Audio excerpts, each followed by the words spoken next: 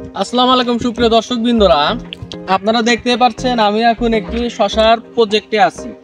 এই যে আপনারা গাছের হাইটটি দেখতে পাচ্ছেন কি সুন্দর হয়েছে। আসলে এই প্রজেক্টটি মূলত ছিল এখানে টমাটুম চাষ করেছিলেন। আপনারা দেখতে পাচ্ছেন, দেখুন এক একটি টমাটুমের অবস্থা দেখুন, একটি গাছে কি পরিমাণ টমাটুম ধরে আছে।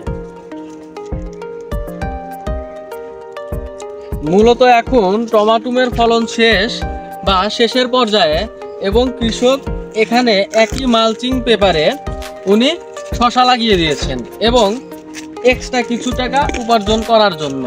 আপনারাও চাইলে এভাবে একটি প্রজেক্ট প্ল্যান করতে পারেন। আপনারা দেখুন একটি মালচিং পেপার কয়বার ব্যবহার করা যায়।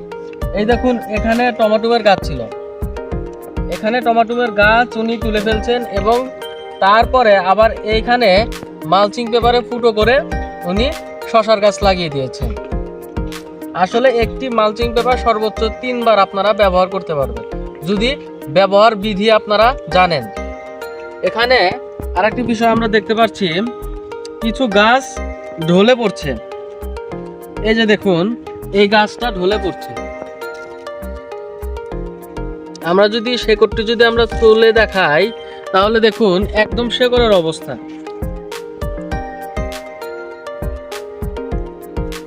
এখানে ছত্রাক অ্যাটাক করেছে।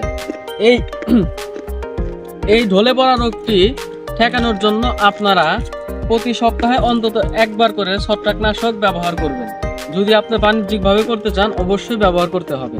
ছত্রাকনাশকের সাথে আর একটি ওষুধ ব্যবহার করবেন, সেটি হচ্ছে ইমিটাপ অথবা অ্যামামেট্রিন 1.8 অথবা ভার্টিমেক, যে কোনো একটি ওষুধ ব্যবহার করে কম্বিনেশন করে আপনারা স্প্রে করবেন। ইনশাল্লাহ এই সমস্যা আর হবে না। ধন্যবাদ।